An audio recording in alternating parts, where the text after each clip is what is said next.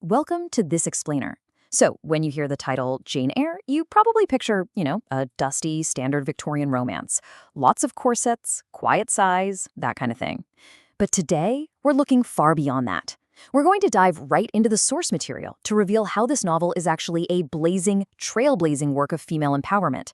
And, honestly, it's been hiding in plain sight for nearly 2 centuries. I mean, just listen to this quote. "I am no bird, and no net ensnares me.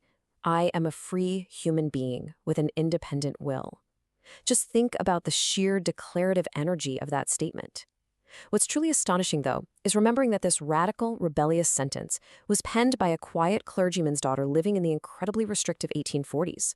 So how on earth did she conjure up such fierce independence? Well, that brings us to Section 1, Charlotte's tragic reality. Okay, let's dive into this. To truly understand Jane, we first have to understand her creator, Charlotte Brontë. Because Charlotte didn't just invent this pain and passion out of thin air, right? Her highly constrained, honestly, often tragic reality acted as a direct mirror for her fiction.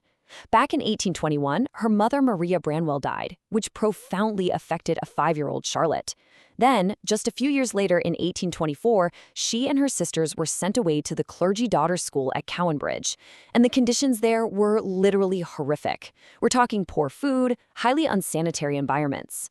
Then, in 1825, a devastating typhus outbreak swept through the school, and tragically, Charlotte's older sisters Maria and Elizabeth fell ill and died.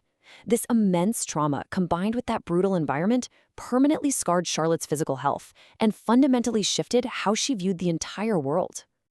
Which leads us directly into Section 2, the journey of Jane. From all this immense, suffocating grief, a legendary heroine was actually born. Charlotte used her lived trauma, her isolation, and all that frustration to construct Jane's epic, rebellious story. It propels the narrative forward with this undeniable, driving force, and it brilliantly illustrates that mirror effect we're talking about. Look at how Charlotte's real-life experiences map perfectly onto the novel. The traumatic Cowanbridge school, that becomes Jane's oppressive, disease-ridden Lowood school. And later on, Charlotte spent time in Brussels where she fell into a deep, unrequited love with Professor Constantine Hager, who was an irritable, choleric, married headmaster. Well, that maps directly onto the brooding, secretive Edward Rochester. Charlotte literally took the very real constraints of her life and just wrote her way right out of them. Using that real-world foundation, Charlotte constructed what's essentially Jane's roadmap. Now, to summarize a massive 38-chapter plot really quickly, we basically track Jane from being an abused orphan trapped at Gateshead Hall to a starving student at Lowood School, and then growing into an independent governess finding love at Thornfield Hall. But when she discovers Rochester's dark secret, she flees to Moor House, completely destitute but totally unyielding, before finally seeking equal footing at Ferndean Manor. It's just this incredible journey of a woman refusing to settle for anything less than her own true independence. Let's shift gears a bit for Section 3, Nature and Female Consciousness. Because there is so much more happening beneath the surface of this plot, right? If we look past the literal events and view it through a deeper academic framework, we discover something called ecofeminism. Essentially, this is a movement highlighting the intertwined societal oppression and marginalization of both women and nature. By applying this modern lens, we can clearly see Jane Eyre isn't just some romance. It's actually a proto-feminist text that pushes back hard against patriarchal control, and it uses the natural world as its ultimate ally to do it. In fact, a recent academic study from the International Journal of Social Science and Human Research outlines exactly how deep these connections run in the text. They draw a straight line between the Victorian era's industrial exploitation of the land and the submissive, silent expectations placed on women during that exact same time period. Now, what's really interesting here is breaking down Karen Warren's ecofeminist model within the context of the novel. Think about it. In the 19th century, Victorian society treated women essentially as subsistent resources, right? Just something to be managed by men.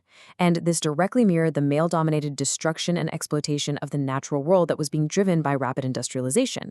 Basically, women and nature were both being treated as subordinate entities. Charlotte Brontë absolutely recognized this twin depression, and she wove it right into the core of Jane's consciousness. And we can literally track this relationship in 3 key steps throughout the book. Step 1. When Jane is being physically and emotionally abused at Gateshead, you'll notice that harsh, bleak winter storms mirror her internal trauma and the coldness of her reality. Then, step 2. When Jane is entirely destitute, fleeing Thornfield and just wandering the moors, it's the blooming heathers that offer her a nurturing refuge, giving her the sheer resilience to survive completely without a man's help. Finally, step 3, it all culminates in Bertha Mason's destructive fire. Fire, which is nature's ultimate, uncontrollable force, literally and socially levels Mr. Rochester's dominance, burning his mansion straight to the ground and completely shattering that patriarchal hierarchy. Bronte's symbolism is just incredibly brilliant here, especially when you consider the split chestnut tree. So Rochester and Jane declare their love and get engaged under this massive, great tree. But that very same night, a storm rolls in, and lightning strikes it, splitting it violently in two. But here's the catch. The roots remain firmly intact. This specific juxtaposition in nature perfectly symbolizes Jane's inner fire and her steadfast independence. Because even when her relationship with Rochester is completely shattered by the revelation of his secret marriage, Jane's roots hold strong. She totally rejects the temptation to become his mistress, choosing her own integrity over a compromised love. So the crucial point is that Jane's deep connection to nature fuels her incredible strength.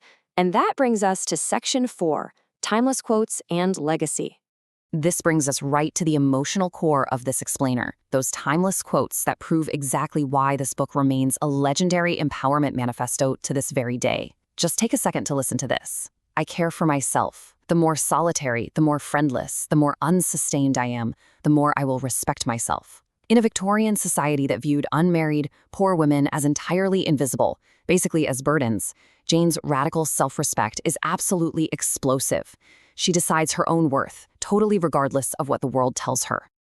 And then, wow, we have this line, women are supposed to be very calm generally, but women feel just as men feel.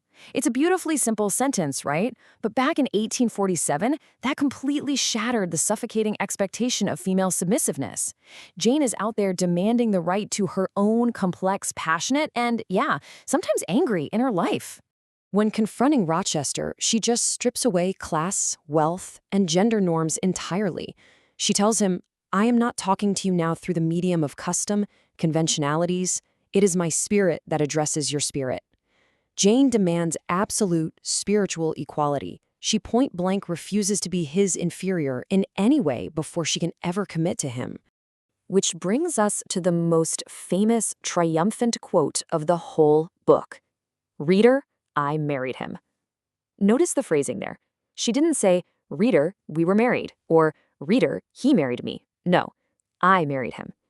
Jane makes the active choice to marry Rochester only at the very end of her journey, and only after she's achieved total financial and personal liberty.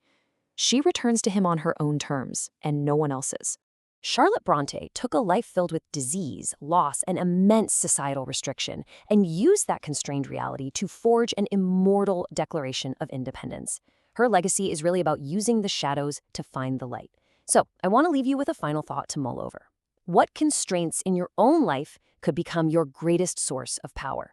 Thanks so much for joining me on this explainer, and definitely keep exploring the deeper stories hiding in plain sight in the books you love.